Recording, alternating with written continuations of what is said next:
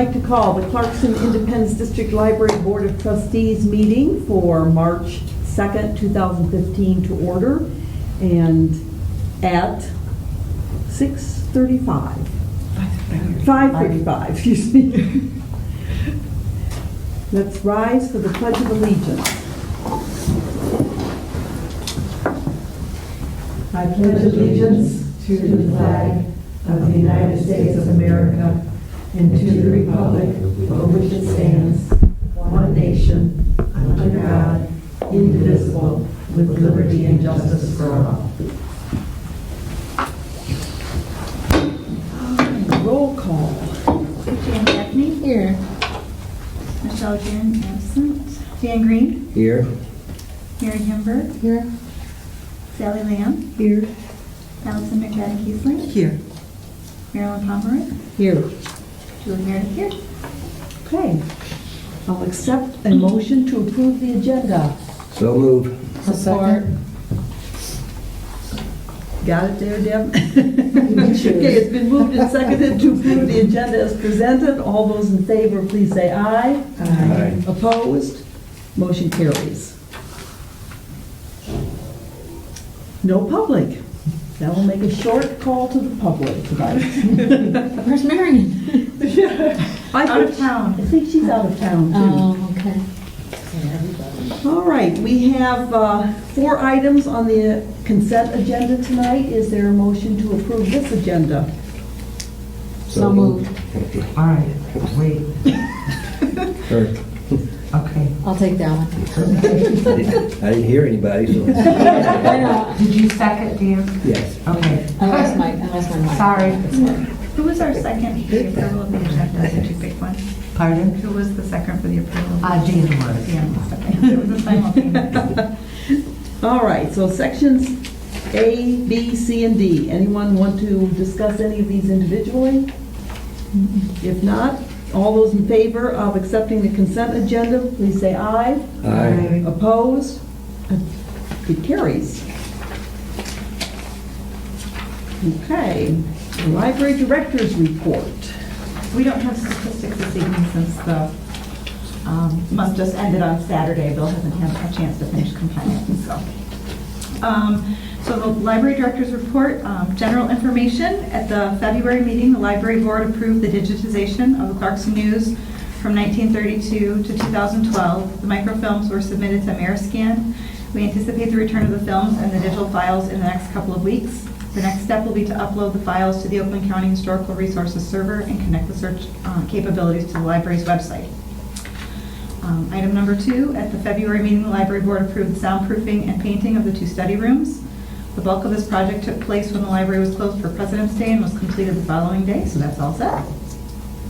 Item number 3, at the February meeting, the library board approved the purchase of 22 replacement computers and 2 early literacy stations for children.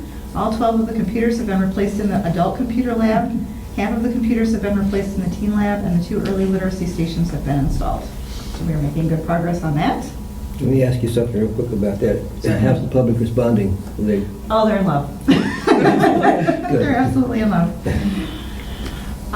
The library has started the process of developing promotional pieces that will help the community see us becoming a 21st century library. 2 of the recent pieces are provided in the report to illustrate the transition that should help lead to the development of our new logo.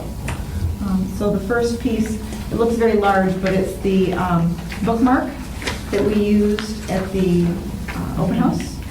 And then the other piece is in color. It was used in black and white, and actually it's very attractive both ways, but it was the back half of the flyer. It was the flyer that went to the schools, elementary schools.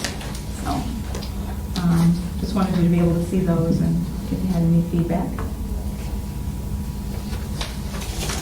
I like the words. I do. So they're right out of the mission statement, and we decided that they were very impactful. We thought we would use them in a little bit different way. So, yeah. I like the looks of those. Very good. We'll continue forth with that then. A collaboration between the Friends of Michigan Libraries and the Institute of Museum and Library Services has resulted in a workshop for library trustees regarding strategic planning on April 24th, 2015 at the Rochester Hills Public Library. It says two, but actually 3 board members have already expressed interest in attending, and the agenda and registration materials are included with the report. For those of you that would like to take a closer look. In terms of finance, the field work for the library's 2014 audit will take place the week of March 16th. So the accountant and I have been working on that, and we have a list from the auditor today, so Debbie and I will later this week be putting all that together. So we will be getting that done hopefully early this year. Due to strong performance results, the Michigan Municipal Risk Management Authority, which is the library's insurance and liability company, sent the library a check for $1,117. That's wonderful. Yeah, it's nice when the money comes back. Yeah, that is really nice. That means that in 2014 it was a low claims in terms of liability for all of the municipal. That'll take care of your next members. piece. Yes. Yep. Okay. In terms of building and grounds, we have had additional freeze damage in the past few weeks in the library's driveway. The snowplow contractor suggested that we wait to cold patch until there was a break in the extreme frigid temperatures to ensure that the patch wouldn't simply pop right back out overnight. Because the weather is more moderate this week, I called the contractor to take care of these repairs as soon as possible. They will also send a representative to begin the discussion of more significant repairs on the driveway and parking lot to take place this spring. So, Will this be the same company? it is. It's the same company that did such nice work for us this past year. And then collaborations and projects. The Friends of the Library will be hosting their 3rd annual chocolate celebration on Wednesday, March 11th at 7 p.m. Sample bite-sized morsels of culinary creations of local cooks, and vote for your favorite. Prizes will be awarded for the delicacies with the most votes. If you would like to enter your chocolate creation, forms are available on the library's website at www.indelib.org. The comments, Mary, I would add that in. Thank you. Sounds tasty. Makes me hungry. Okay, now to regular business. Number 1 is a review of the proposal to improve our exterior lighting. Okay. There's been concern about the need for more exterior lighting at the steps in the parking lot island and for photo cell control of the spotlights on the handicap parking area. Allied Building Services has provided a proposal to accommodate both improvements. The board will need to determine whether to opt for an HID or LED fixture. The project cost is $1,820 with HID or $2,705 with LED. So if you flip to the actual proposal, since it's coming from Allied, it should look familiar to the proposals that we looked at last month. These are the 2 that, this is one of the 2 that wasn't ready last month. So what they're looking to do is, we're looking specifically at that fixture that's right on the steps. It is currently a downward facing fixture, and we're having trouble because the light, there's plenty of light under the overhang at the entrance, and there's lighting on the steps itself, but across the driveway and at the top of the steps, the lighting is minimal. So we were looking at some varying options for remedying that situation. So they brought in the electrician from Allied, and basically what he said is he suggested taking that downward facing fixture, taking the top of it off, and putting on basically what would be a 360-degree lamp fixture. And there are 2 different styles shown here. There is one that is as I said, an HID fixture, and the other one is LED. I asked, is one brighter than the other? And he said, no, it really just has to do with the energy efficiency and how long the bulbs last and that sort of thing. So it is $885 more expensive to do the LED fixture. But the idea being that this would be a 360-degree lighting solution that would spread the light further out, and he thinks that should solve the problem. The other thing that we had talked about is he suggested doing this one fixture, seeing how we like it, and there are a couple of other places on the property that we could also consider doing the same thing in order to improve the lighting in those areas. But he thought it was wise to start with the one and see how we liked it first. The other piece of the proposal is basically, it's pretty simple. It's basically just, we have spotlights on the corner of this meeting room, right outside this meeting room door, that shine down on the handicap parking, and it is essentially on a timer, which means that as the amount of light changes in the evening, in the summertime and in the wintertime, somebody has to run back and forth and adjust the timer because it literally is a manual timer. And what he suggested is we could solve that very easily by simply just putting a photocell on that light fixture. So that's included in this proposal, is that photocell. So that it would basically be a dusk to dawn light, no matter how early it gets dark. That's true for both of them, or if it's true for both of them to be dusk to dawn? Well, essentially what happens is all of our lighting in the exterior is attached to our parking lot lighting system, except for those little spotlights, because that was another area at one time we decided there wasn't enough light. So we had somebody from the facilities department at the township, Municipal Township Department, put that on, and in order to make it a low-cost repair, he just put a timer on it, and we've been doing that for a number of years, and he didn't really have the technology at the time to install a photocell for us. This electrician is saying I can just put a photocell on the light that's already out there, and then he can't connect, because of where it's located, he can't connect it to the rest of the lighting system. But it would follow the same thing? But it would follow the lighting outside. It might come on differently than the rest of the parking lot lights. They're on a more sophisticated system. They're not on photocell either. They're on a very, it's an interesting, sophisticated system. Programming it includes the latitude and longitude of the building and daylight saving time. It's quite it's quite a system, and it has a backup of a 9-volt battery in it. So it's a fascinating little. It's a 20-year-old system, but it seems to work okay. But we couldn't hook this one up to that one, so the idea was to add a photocell to this one. Did they give any indication of how much longer the life of the more expensive light is, and what our energy savings might be on? He didn't. I think he was thinking in terms of the board looking at it from a cost perspective specifically. I think he was thinking that we might automatically opt for the lower cost version. So I did call him and say, is it because it's brighter? Is it? And he said it really is just a matter of it being the more modern technology. So if we were thinking about doing this to other lights in the parking lot going forward, I guess it's just a matter of determining. Yeah. But for cost, it actually may be cheaper to get the more expensive one, if you will. Right, because if the replacement bulbs last that's right. longer, or if it uses that Energy. significantly less energy. And that, of course, helps the environment, which is always a good thing to do. Yeah, yeah. Well, that's what I was wondering, if that was included, if there was any information. And I suppose if it's at this point, one lamp, it's probably not terribly significant one way or the other, but if you were going to do a bunch of lamps, you might want to spend the extra money on the front end and save it on the back end. Could he answer this, or he can't answer it? He might be able to answer it, but he was mostly offering it in terms of, I think he was thinking in terms of most boards making a determination based on cost.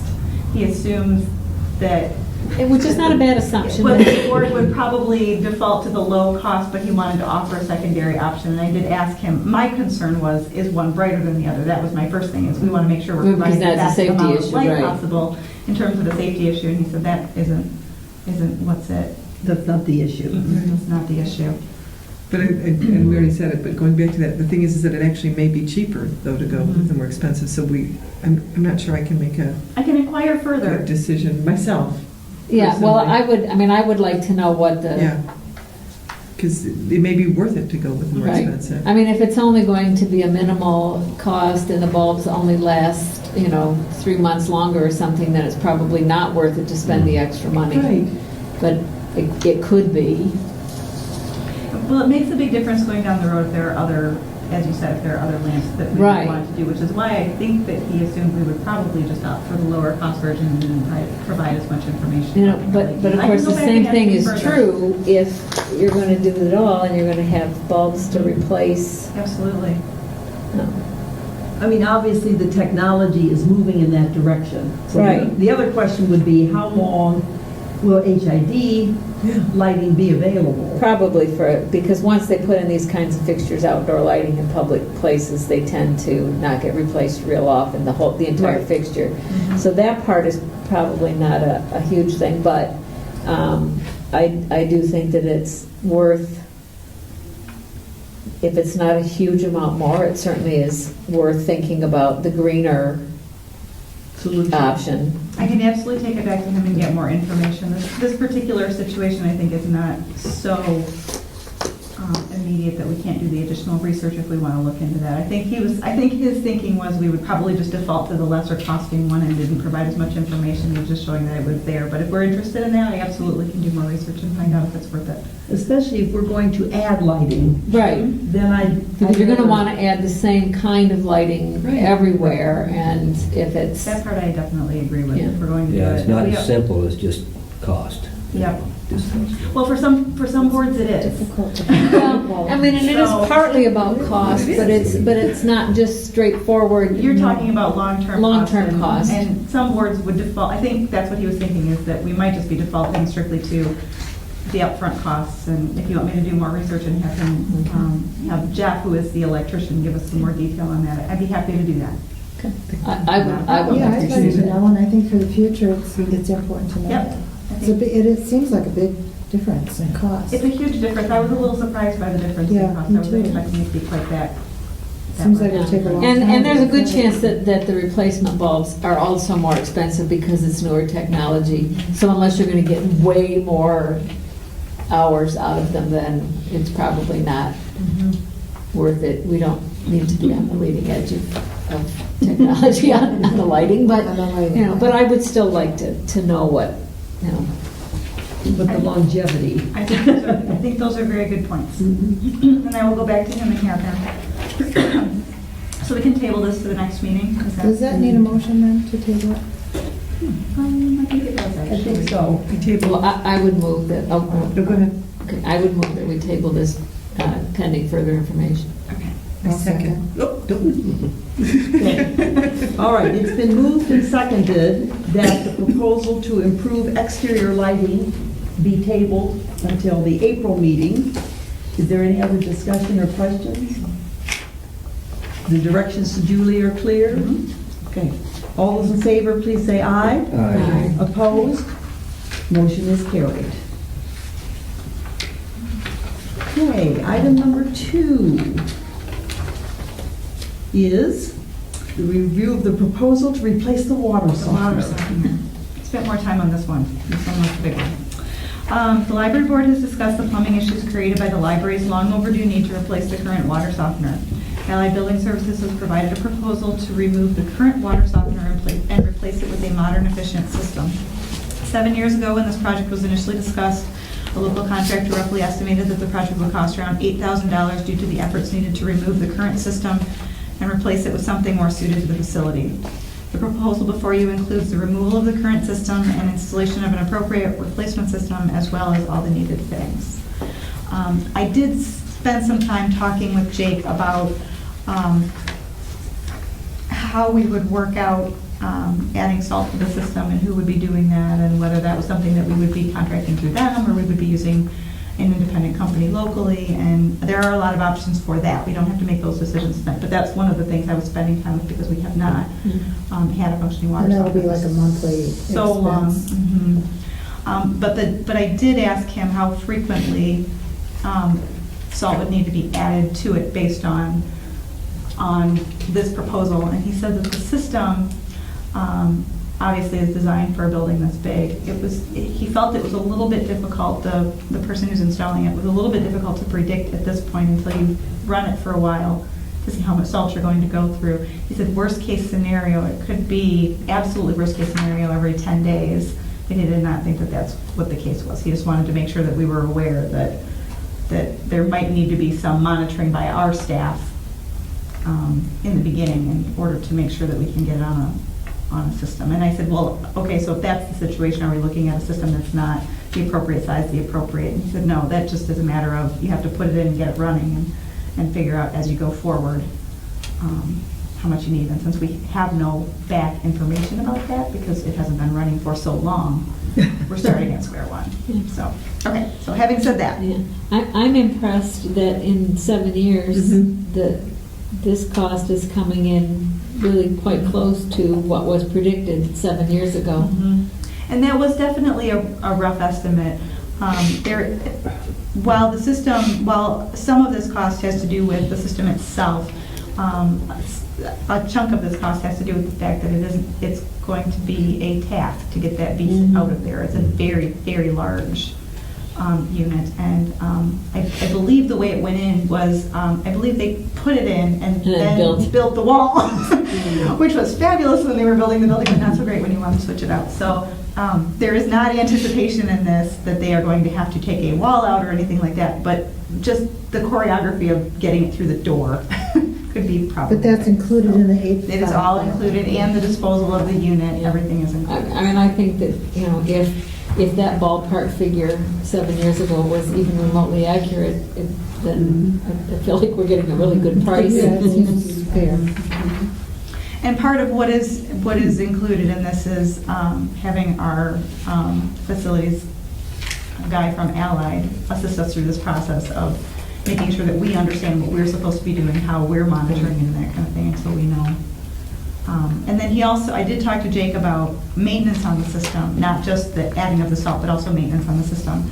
And he suggested that we probably want to set up maintenance with the company that installs it. And he's anticipating potentially 1 to 2 maintenance calls a year to check on the system, same way we do with our HVAC. And he estimated that those would be about $750 per visit.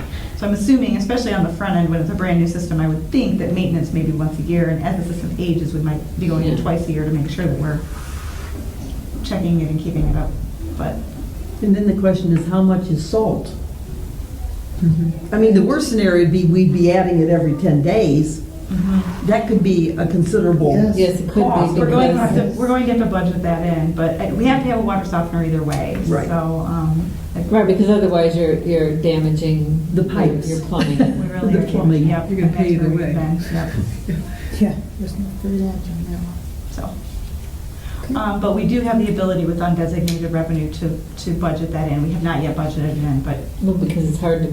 the point at which we add this to that we have this project actually done, because it does say that there's about 4 to 5 weeks lead time. So the likelihood is on the April agenda, you'll see me come back with some sort of an estimate for salt, at least for part of the year. And we'll write it in. Or even May. Mhm. Before we do our budget for next year, Right. this would be an item, it'd be nice to have some figures on. Yep. So sooner we get it done, the better we can budget for next year. All right, do we have a motion? I move to approve the proposal to replace the water softener through Allied Building Services as presented and authorize the transfer of $8,555 from the undesignated revenue to the building line item 975 to cover the cost. I'll second.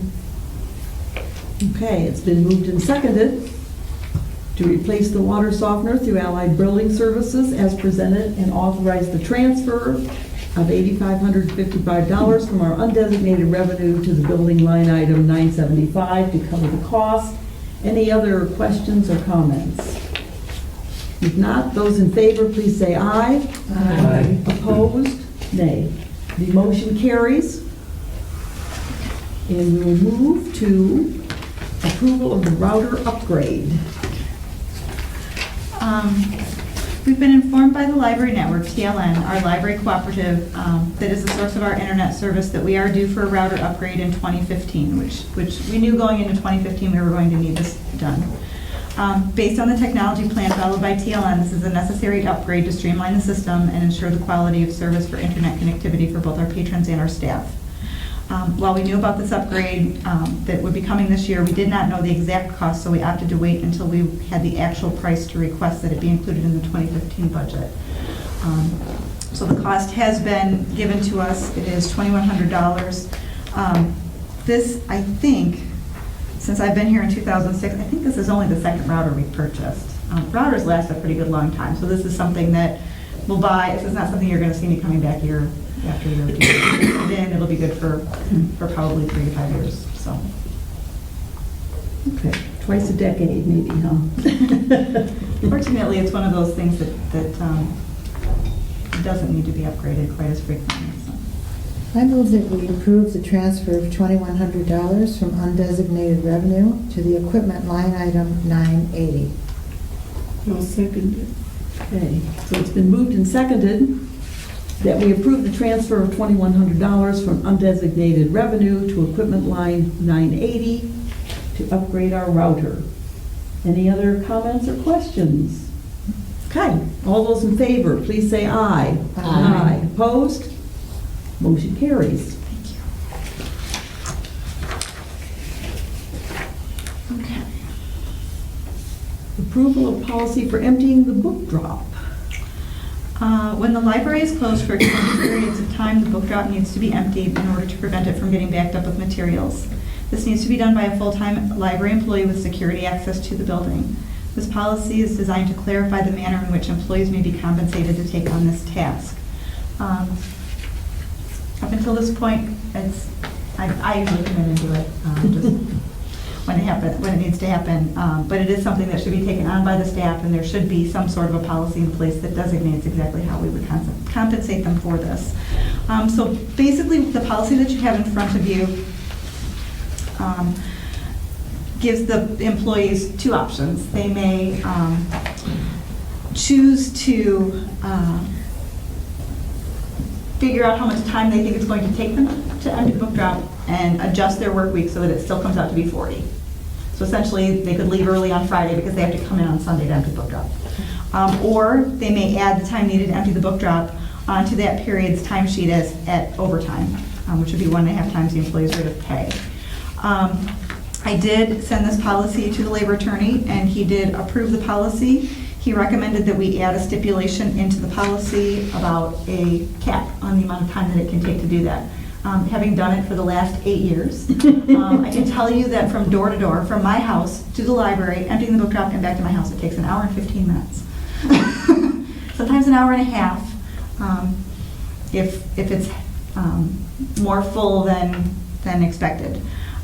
So he suggested that we max it out at 2 hours to kind of control the amount of overtime. Which makes sense. Yep. I mean, it's, And so we're saying that the employee will have the choice to either leave early or, Mhm. okay. Yep. Some people, and I've talked with the staff about it a little bit. Some people want to stick to 40 hours. They don't want extra time on their schedule. This is what their job is. It's 40 hours. That's all they want. Other people, this is over and above their regular work and would prefer to work their standard work week and have this be an additional thing. This really only happens maybe 3 times a year, but it's a big deal to us because if you don't empty the book drop, we will literally have books laying out on the sidewalk, and it has happened where the book drop has backed up. And you don't want that. And we don't want that. Does this and rotate? this presents any, I mean, not that you think that anyone would abuse it, but you're building right into the policy. The time frame. The time frame, which, Does this rotate? Well, essentially the way that I think it will work is, no, not up until this point. Because you've been doing I've it. always been doing it, yeah. But it's something I wouldn't mind offloading to other people. I don't mind it. I'm not a big holiday person, so we don't do a lot of things on the holiday. I lead a pretty simple life. But it would be nice to offer it out to somebody else who might be in the area who would like to pick up a couple of extra hours or would be. So in other words, it might be a volunteer You're not required. assignment. Yeah, I don't think it's going to be that hard to find somebody. Like I said, it only happens maybe 3 times a year, and usually you're running into a situation where somebody's going to be in town and they can do it. Normally, because there was so much weight on the staff, because we didn't have enough staff, it was something that I felt like I would just do in order to take that weight off of the staff. But now we have more staff, and I think people aren't feeling so much of the strain and that sort of thing. So it is something that going forward we should. This is how other libraries do it. So we should be doing it this way as well. So. well, I would move that we approve the policy for emptying the book drop during extended library closures as presented. Second. Okay, it's been moved and seconded that we approve the policy for emptying the book drop during extended library closures. Any other questions or concerns? If not, those in favor, please say aye. Aye. Those opposed, motion is carried. What are we going to deal with this? That's part of the consent agenda. Okay. Oh, I see that. All right. Next item, review of the proposal regarding Sunday staff and lunches. Okay. The full-time staff is requesting an amendment to the attendance policy that would allow for some flexibility regarding lunches on Sunday shifts. The current policy and the proposal are attached. This proposal has been reviewed by the labor attorney, and it is acceptable from a legal standpoint. So essentially, when the library used to be open on Sundays, we offered some flexibility in terms of lunches, meaning that you could, instead of, normally what we work is an 8-hour day with a 1-hour paid lunch. So you're here for 9 hours, but you have a 1-hour unpaid lunch in the middle. What the staff is requesting is the ability on Sunday to work from 10 to 6, and law entitles the employees to a 15-minute break in the morning and a 15-minute break in the afternoon. They would like the ability on Sundays to put those 2 breaks together and have a lunch in the building, and then work 10 to 6 instead of working 9 to 6. And the reason they're requesting this is because we have to have 2 full-time people in the building at all times that it's open to the public. We have to have 1 full-time person in the building when there are part-timers in the building. So where they're running into problems is that because we're open from 1 to 6 and we have 2 full-timers here, they can't leave at the same time because one of them needs to be here to make sure the part-timers can get in, because the part-timers start showing up at noon, which means you've got 1 person taking lunch at 11 and 1 person taking lunch at 12. 11 is a pretty early lunch. And some people are saying, well, they'd rather not take lunch, they'd rather just stay, but then they don't want to come in as early. So this is actually the structure that we had in place before. And then when we eliminated Sundays and we updated the policy because we weren't open on Sundays, we took that out of the policy. So they're really just requesting to put it back in, and it would be Sunday only. And it would also prevent us from having to schedule a 3rd full-time employee on Sundays. On Saturday, we have 3 full-time employees. That makes it easier to do that. But on Sunday, instead of trying to spread out our full-timers thinner by having an additional full-time person on Sunday, they would like to do this. So we're reinstating the former attendance policy from our days when we had Sunday hours. And essentially what I told the attorney that we would do is have you approve the proposal so that the employees can go ahead and use this policy, and he and I will go to the trouble to rewrite the whole policy and incorporate this in. But we didn't want to put this little piece in and not look at the whole attendance policy, because he was looking at our attendance policy and he was wanting to clean up a lot of things. And I was like, well, I'd kind of like to get this part approved and we'll come back and do the rest. So he said that that was acceptable to him as well. Okay, is there a motion? I move to approve the proposal for Sunday lunches as presented as an amendment to the current policy, and authorize the library director to work with the labor attorney to update the policy for final approval at a later date. I'll second. Okay, it's been moved and seconded to approve the proposal for Sunday lunches as presented as an amendment, with further work to be done later. Are there any questions or comments? Okay, all those in favor, please say aye. Aye. Opposed? Okay, the motion carries. How about that? All right. At this time, I will accept a motion for adjournment. So moved. Second.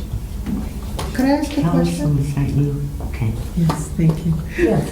On mine, I have the approval of the database expenditure. Did we do that? That was on the consent agenda. It was That the was last on- item on the consent agenda. Okay. And the only reason I put it on the consent agenda is because it's already budgeted. The only reason you need to Okay. approve it was because it was more than $5,000. Thank you. So, I looked at the same thing. sorry. I put the explanation in there so you'd have the full explanation of it, but I did put it on the consent agenda, so. Okay. Any other comments or last moment mentioning of anything? Okay. Not. All those in favor of adjournment, please say aye. Aye. Opposed? Motion carries. We are adjourned at 6:08.